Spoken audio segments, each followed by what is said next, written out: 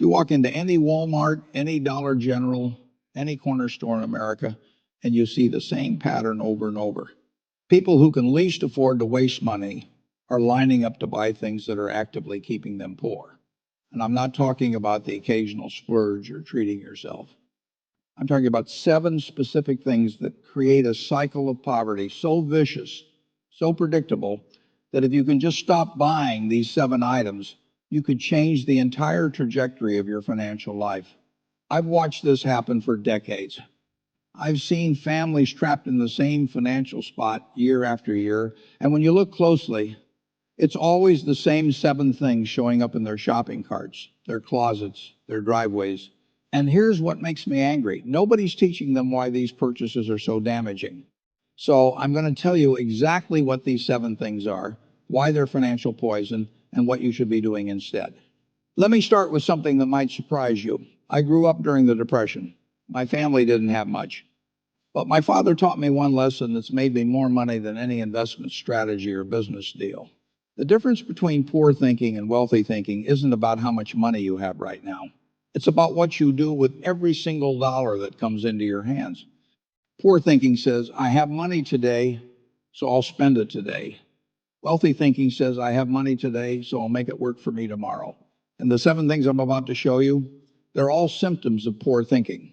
The good news is that thinking can be changed. Right now, today, by the time you finish this video, you're going to see these items differently. You're going to understand why they're traps, and you're going to know exactly what to do instead. Thing number 1, brand new cars. This is the single biggest wealth killer I see in lower income communities. Someone gets their first decent job, maybe they're making 40 or 50,000 a year, and the first thing they do is walk into a dealership and sign up for a $35,000 car with a 6 or 7 year loan at 8% interest. Let me break down why this is financial suicide.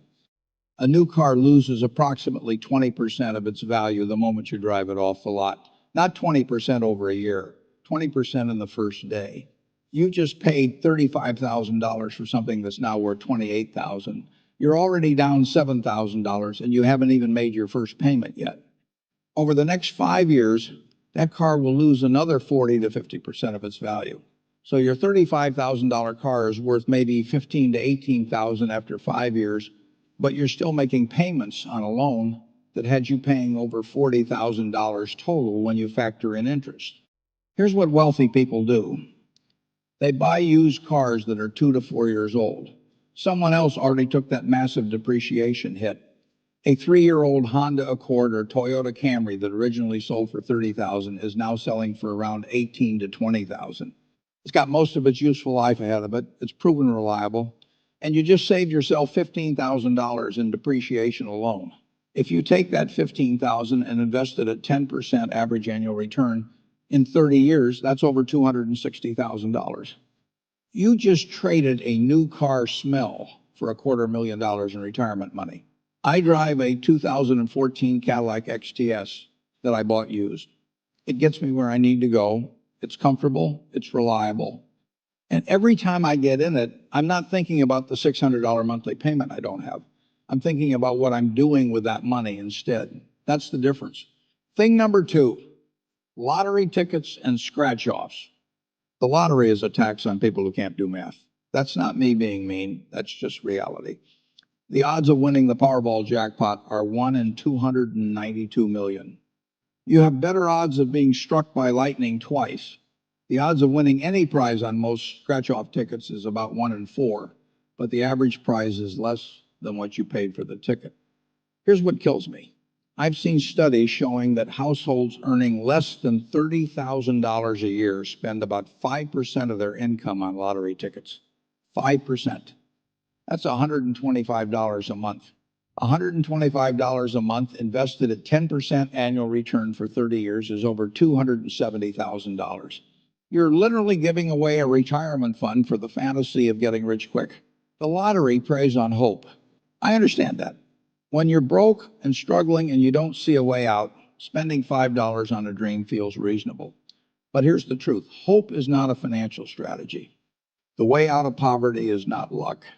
It's discipline, consistency, and making your money work for you instead of throwing it away on astronomical odds. If you're spending money on lottery tickets, stop today. Take that same money and open a Roth IRA. Start investing it in a low-cost index fund. Watch it grow. That's your real lottery ticket. And the odds of winning are almost guaranteed if you give it enough time. Thing number 3, payday loans and cash advance services. These are predatory and they should be illegal. A payday loan works like this. You need $500 today, so you write a check for $575 that the lender agrees to hold for 2 weeks until your next paycheck comes. That $75 fee for a 2-week loan works out to an annual percentage rate of over 390%. 390% interest. Credit cards are expensive at 20%. Payday loans are 20 times worse. And here's the trap. 2 weeks later, you still don't have that $500 because you were already living paycheck to paycheck. So you roll the loan over, another $75, and another, and another. Before you know it, you've paid $300 in fees for a $500 loan, and you still owe the original $500. The Consumer Financial Protection Bureau found that more than 80% of payday loans are rolled over or renewed within 14 days. I know what you're thinking, but Warren, I need that money right now. My car broke down, my rent is due, what am I supposed to do? Here's what you do.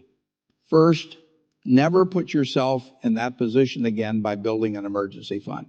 I don't care if it's only $25 a month. Start today. Second, if you're already in that emergency, call your landlord and ask for an extension. Call the utility company and set up a payment plan. Ask your employer if they can give you an advance. Every single one of those options is better than a payday loan. And if you're already trapped in the payday loan cycle, stop paying it and deal with the consequences. Yes, they'll harass you. Yes, it'll hurt your credit. But you know what hurts worse? Paying 390% interest for the rest of your life. Thing number 4, rent-to-own furniture and electronics. This is one of the sneakiest wealth traps out there because it feels affordable. You walk into a rent-to-own store and you see a living room set for only $69 a month. A big screen TV for $39 a month. It feels doable. But read the fine print. That $69 a month for the sofa, you're paying it for 72 months. That's 6 years. You're going to pay almost $5,000 total for a sofa that retails for $1,200 brand new. You're paying 4 times what it's worth. The rent-to-own industry makes billions of dollars a year targeting people who don't have good credit and can't get traditional financing. They know exactly what they're doing. They're counting on you looking at the monthly payment instead of the total cost. Don't fall for it. Here's what you do instead. Buy used furniture. Craigslist, Facebook Marketplace, estate sales, thrift stores. You can furnish an entire apartment for $500 if you're patient and willing to look. Is it going to be perfect? No. Is it going to be new? No. But it's yours. You own it. You're not making payments. And when your financial situation improves, you can upgrade. But right now, your job isn't to have the nicest furniture. Your job is to stop being poor. And you can't do that if you're paying 4 times retail for a couch. Thing number 5, extended warranties and insurance on small items. Every time you buy something at Best Buy or on Amazon, they try to sell you an extended warranty, phone insurance for $11 a month, a protection plan on your laptop, a warranty on your headphones. It all sounds reasonable until you do the math. Let's say you buy a $1,000 laptop and they offer you a 3-year protection plan for $200. That sounds like a good deal if the laptop breaks, right? Wrong. Most manufacturer warranties already cover the first year. Most credit cards automatically extend that warranty by another year if you use them to make the purchase. So you're really only buying 1 additional year of coverage for $200. And here's the kicker.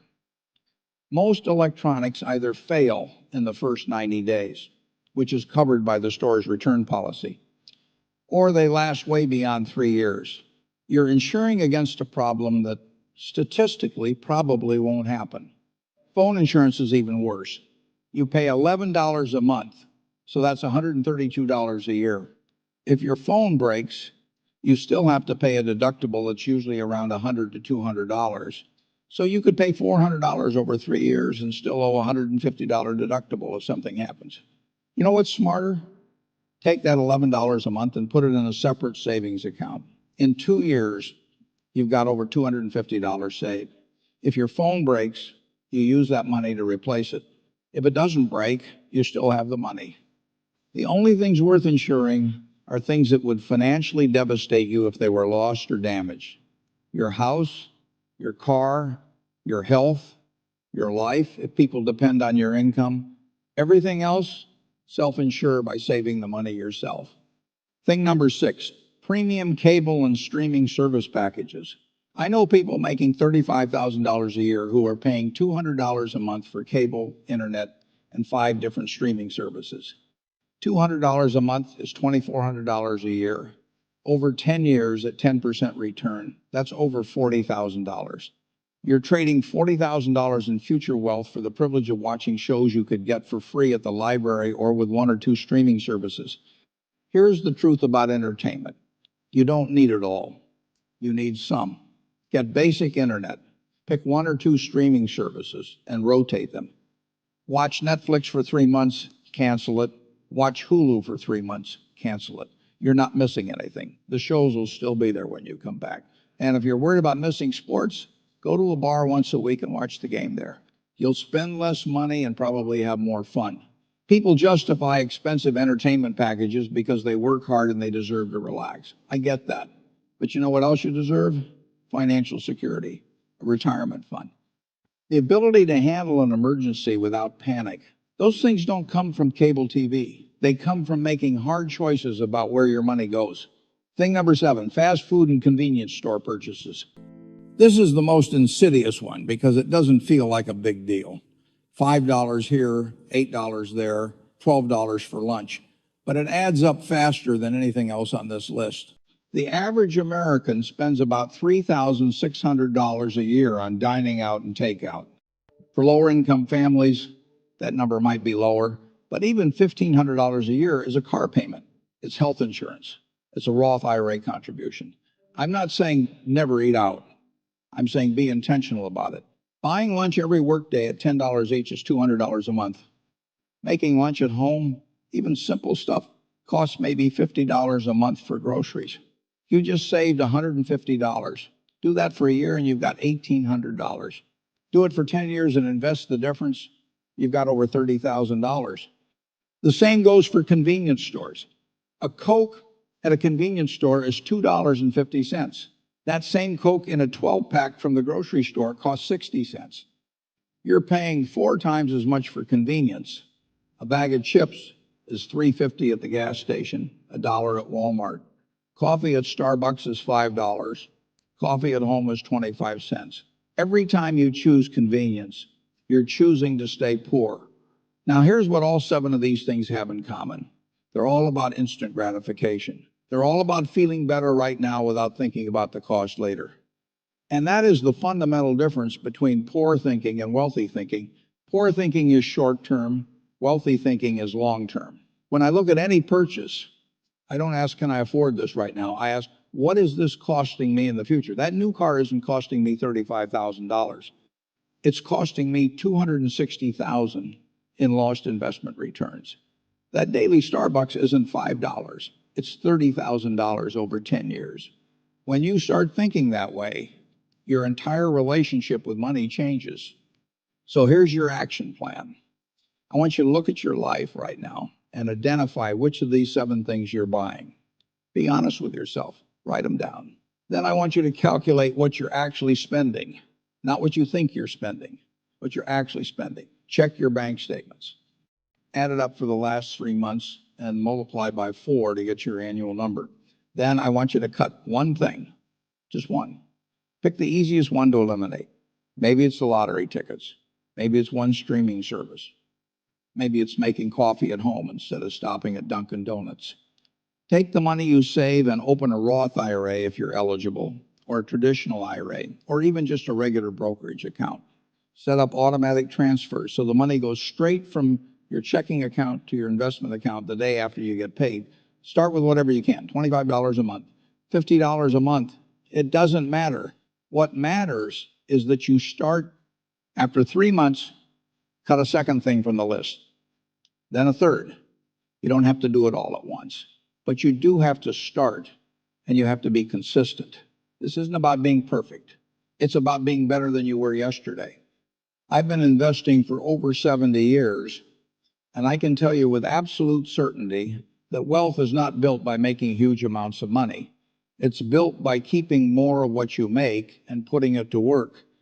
The gap between poor and wealthy isn't as big as you think. It's just a series of small decisions repeated over decades. Save this video, watch it again in 6 months and see where you are. Subscribe if you want more straight talk about money and building wealth with what you have right now. And here's your homework. Pick one thing from this list that you're going to stop buying this week. Write it down, put it somewhere you'll see it every day. And every time you're tempted to buy that thing, remember what you're actually choosing. You're not just choosing to save $5.